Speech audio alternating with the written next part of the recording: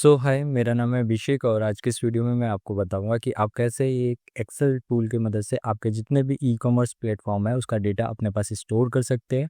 बाद में उसको क्रॉस चेक कर सकते हैं ताकि आपके बिजनेस में आपका पूरा जो डेटा रहे वो आपके पास भी स्टोर है। बेसिकली आपको ये लैंडिंग पेज मैंने पहले भी शेयर किया था, इसके बारे में मैं फिर से बता देता हूँ कि मैंने एक वेबसाइट बनाई है जहाँ मेरे एक्सेल सेट के बारे में जितनी भी इंफॉर्मेशन है वो मैंने यहाँ प्रोवाइड की है। तो जो भी डाउट हो आप एक बार इसे रीड कर लेना, तो आपको समझ आ जाएगा कि आखिर ये एक्सेल टेम्पलेट कैसे वर्क करती है। अब कुछ बेसिक क्वेश्चन है जो हर किसी के मन में रहता है, तो उनको भी मैं इस वीडियो में कवर करने वाला हूँ, तो वीडियो को लास्ट तक जरूर देखें। सो हम एक्सेल सीट को ओपन कर लेते हैं। ये एक्सेल सीट है जिसको यूज़ करके आप अपने डेटा को ट्रैक कर सकते हैं। कि इसमें हम डेटा में जाते हैं। जस्ट कि आपको सपोज करो कि 1 मार्च को कोई ऑर्डर आया है एंड आप उसको ऑर्डर को ट्रैक करना चाहते हैं, मतलब कि मार्च मंथ का आपको पूरा डेटा ट्रैक करना है, क्योंकि सेटलमेंट आता है वो 20 तारीख को आता है। तो 20 तारीख आते आते आपको पता नहीं चलता है कि आपका कितना प्रोडक्ट कॉस्ट लगी है, कितना आपको पैकेजिंग कॉस्ट लगी है, मार्केटिंग कॉस्ट लगी है एंड आपका कितना ओवरऑल प्रॉफिट बन रहा है। सेटलमेंट अमाउंट का आपके पास कोई मतलब एज्यूम नहीं रहता है, वो आपका आप पूरे का पूरा मीशो, फ्लिपकार्ट या फिर अमेज़ॉन पे डिपेंड रहते हैं कि वो कितना सेटलमेंट देते हैं। अब उसमें क्या होता है कि कई बार आपके ऑर्डर्स आते हैं 30, 35, 40 या फिर 100 भी ऑर्डर आते हैं, आपके जो भी ऑर्डर आते हैं। तो उसमें क्या होता है कि आपके 100 ऑर्डर आए हैं एंड उसमें से कुछ मिसप्लेस हो जाते हैं, कुछ वहाँ ऑर्डर शो ही नहीं करते हैं। तो उनको आपको कैसे मेंटेन करना है ताकि आपके पास भी एक प्रूफ हो कि हमें एक ऑर्डर आया था एंड आपको उस ऑर्डर आईडी को आप अपने सीट पे मेंटेन करके रखें, ताकि अगर कोई भी ऑर्डर आपका मिसिंग हो तो आप उसको अपने मार्केट प्लेस को इन्फॉर्म कर सके कि मुझे ये ऑर्डर आया था और अभी इस सीट में मुझे नहीं दिख रहा है। और ये बहुत ही कॉमन है जो मीशो में देखने के लिए मिलती है। तो इसलिए मैंने इस सीट को डेवलप किया था ताकि आप अपने हर ऑर्डर को ट्रैक कर सके, मेंटेन कर सके, एक ओवरव्यू बना सके कि आपको कितना सेटलमेंट अमाउंट आने वाला है। तो ये कुछ उसका पर्पस है। अब दूसरी चीज़ ये आती है कि लोगों के पास एक्सेल सीट बहुत पुरानी रहती है। सॉरी, तो लोगों के पास में जो एक्सेल सॉफ्टवेयर है वो बहुत पुराना रहता है। तो इस सीट को यूज़ करने के लिए आपको माइक्रोसॉफ्ट का 2021 मिनिमम वर्जन चाहिए रहेगा, जिसमें आपको ये मैप एंड इसके जो वैल्यूज़ है वो आपको विजिबल होगी।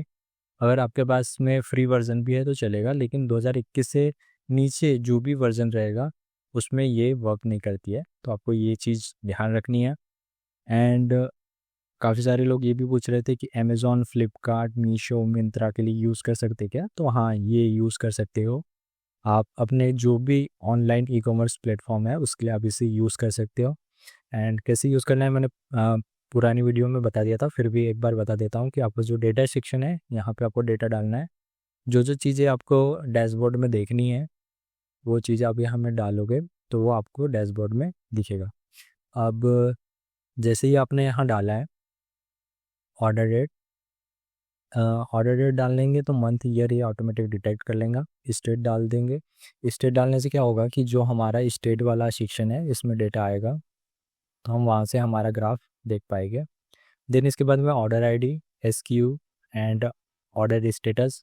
ऑर्डर स्टेटस क्या है? अगर आज ऑर्डर आया तो आपका शिप्ड में रहेगा, एंड डिलीवर्ड हो गया था डिलीवर्ड, आरटीओ हो गया था आरटीओ एंड रिटर्न हो गया था रिटर्न। कितनी क्वांटिटी का आपका ऑर्डर आया है तो ये भी यहाँ आ जाएगा। And invoice price, invoice price वो आएगी कि आपका कितना इनवॉइस प्राइस उस प्रोडक्ट का है। जैसे लेट सपोज कि आपका जो सेटलमेंट अमाउंट है वो आपको 100 रुपये आ रहा है, लेकिन जो आपको सेलिंग अमाउंट है वो आपका 299 है। तो आपको यहाँ जो डालना है वो 299 रुपये डालना है। देन इसके बाद में सेटलमेंट अमाउंट डालना है।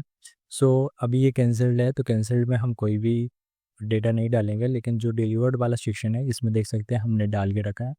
इनवॉइस प्राइस डाला है, सेटलमेंट अमाउंट हमारा कितना आ सकता है ये हमने एज्यूम करके डाला है, हमने एक्चुअल नहीं डाला है, इस चीज़ का याद रखिए। एक्चुअल वाला हम बाद में देखेंगे। देन इसके बाद में जो पैकेजिंग कॉस्ट है ये हमने डाल के रखी है। एंड जो हमारा प्रोडक्ट कॉस्ट है, रिटर्न कॉस्ट हम यहाँ नहीं डालेंगे। जो भी रेडिटेड सेक्शन में है ये चीज़ हम यहाँ नहीं डालेंगे, ये ऑटोमेटिक डिटेक्ट कर लेता है। कहाँ से डिटेक्ट करता है ये भी मैं आपको बताऊँगा। Then marketing cost, marketing cost आप हर प्रोडक्ट की भी डाल सकते हैं, मंथ वाइज भी आप इसको डाल सकते हैं। देन इसके बाद में आपने डाल दिया, आपको क्या करना है, यहाँ डेटा टैब में आना है एंड एक बार इसको रिफ्रेश ऑल करना है। रिफ्रेश ऑल करोगे तो आपके डैशबोर्ड में सारा डेटा है वो शो करने लग जाएगा। तो ये भी इशू कभी कभी आता है कि लोग डेटा टैब में जाके डेटा रिफ्रेश नहीं करते हैं एंड वो बोलते हैं कि सीट वर्क नहीं कर रही, तो इस चीज़ का भी आपको याद रखना है।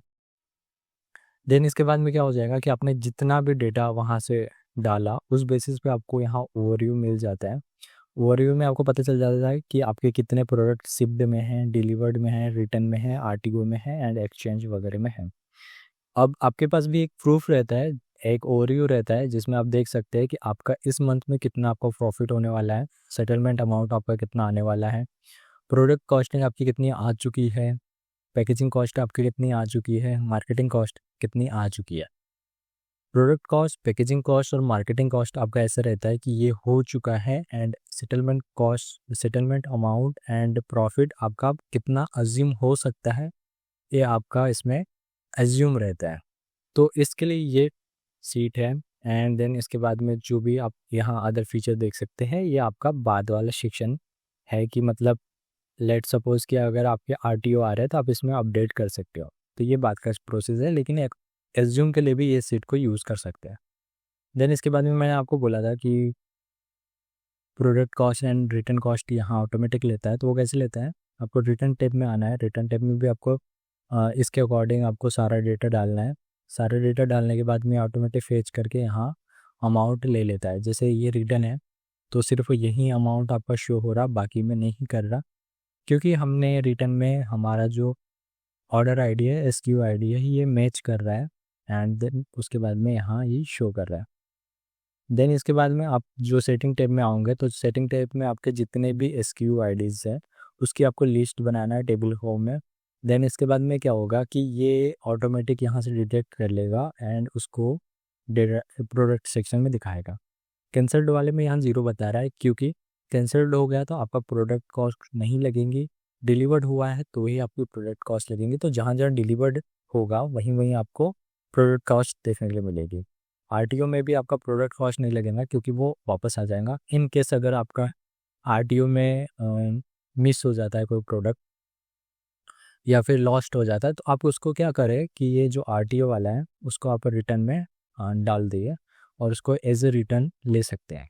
अब कई बार क्या होता है कि आपका जो रिटर्न रहता है, आरटीओ रहता है, उसमें आप क्लेम भी ले लेते हो, हर बार ऐसा होता है।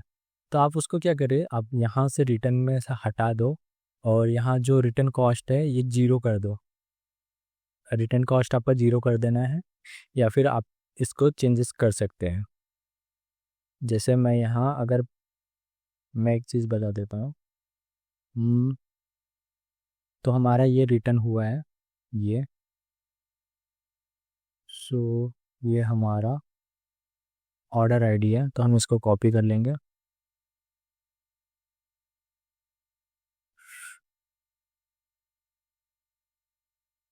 सो अभी ये लॉक है तो ये मतलब फाइंड भी नहीं कर पा रही है, बट आपके इसमें डेटा आ जाएगा तो आप इसको फाइंड करना। एंड देन उसके बाद में जो 157 यहाँ लिखा है तो आप इसको माइनस जितना भी आपको सेटलमेंट अमाउंट रिकवर हुआ है या फिर जो भी आपका आपने क्लेम किया था वो आ चुका है तो आप उसको माइनस में लिख दीजिए। तो जो माइनस में आपका जाएगा वो यहाँ प्लस हो जाएगा, यहाँ माइनस शो होगा तो यहाँ ये प्लस में आ जाएगा। तो ये आप इस तरीके से अपना जो क्लेम है उसको भी इसमें ट्रैक कर सकते हैं। देन इसके बाद में ये आपका जो प्रोडक्ट कॉस्ट है ये सिंपल है कि आपने कितने में परचेस किया, कितना जीएसटी लग रहा है उस पर। देन उसके बाद में जीएसटी प्राइस आ जाएगा। देन इसके बाद में ट्रांसपोर्ट कॉस्ट आपको कितना लगा है, तो आपका जो फाइनल प्राइस है ये यहाँ आ जाएगा। एंड सेम फाइनल प्राइस आपको डेटा सेक्शन में आके यहाँ देखने के लिए मिल जाती है। सो बहुत ही सिंपल है। कैसे यूज़ करना है इसके लिए मैंने सेपरेट वीडियो बना दी थी। सो इस वीडियो पे काफ़ी कमेंट आए हैं, काफ़ी लोगों ने इससे परचेज़ भी किया है। सो आपको अगर ये परचेज़ करना है तो मैंने इसका लिंक डिस्क्रिप्शन में दे दिया, आप वहाँ से इसे परचेज़ कर सकते हैं। एंड मैंने इसमें एक एडिशनल सेक्शन जोड़ दिया है क्योंकि लोगों को बहुत दिक्कत आ रही थी कि मल्टीपल सीट्स उनको यूज़ करना पड़ रहा था। सो अभी क्या हो रहा है कि आपको एक ही सीट मेंटेन करना रहेगा जिसमें आपको डेटा में सारे मंथ का डेटा डाल देना है। देन इसके बाद में आपको क्या करना है, आप यहाँ से इसको ओवरव्यू देख सकते हैं।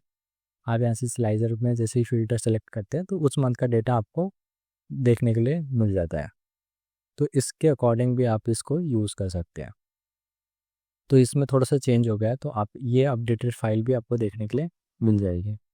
सो ये एक्सेल सीट उन लोगों के लिए है जो अपने ई कॉमर्स प्लेटफॉर्म पे काम कर रहे हैं, या फिर अमेज़ॉन, फ्लिपकार्ट, मीशो, शॉपिफाई किसी भी प्लेटफॉर्म पे काम कर रहे हैं, एंड उन्हें अपना जो डेटा है उसको ट्रैक करना है। अपने पास भी एक डेटा रखना है ताकि वो क्रॉस चेक कर सके ई कॉमर्स प्लेटफॉर्म के जो डेटा के साथ में, और एक एज्यूम कर सके कि उनका बिजनेस फ्लो कैसा चल रहा है। क्योंकि जो सेटलमेंट अमाउंट आता है वो आपका 20 से 30 दिन बाद आता है। उसके पहले आपको पता चल जाना चाहिए कि आपका फ्लो कैसे जा रहा है, कौन सा प्रोडक्ट आपको आरटीओ दे रहा है, कौन सा प्रोडक्ट आपको विनिंग दे रहा है। ये सारा कुछ आपको एक एज्यूम करने के लिए ये डेटा सेट चाहिए। और प्राइसिंग का ऐसा है कि ये वन टाइम फ़ी रहती है, ऐसा नहीं होता है कि आप मंथली से चार्ज करना पड़ता है, वन टाइम फ़ी रहती है। देन इसके बाद में आप इसे मल्टीपल मंथली यूज़ कर सकते हो, और मल्टीपल आपके जितने भी बिजनेस है उसके लिए यूज़ कर सकते हो। सो इस वीडियो में इतना ही, मिलते हैं हमारे नेक्स्ट वीडियो में, तब तक के लिए बाय।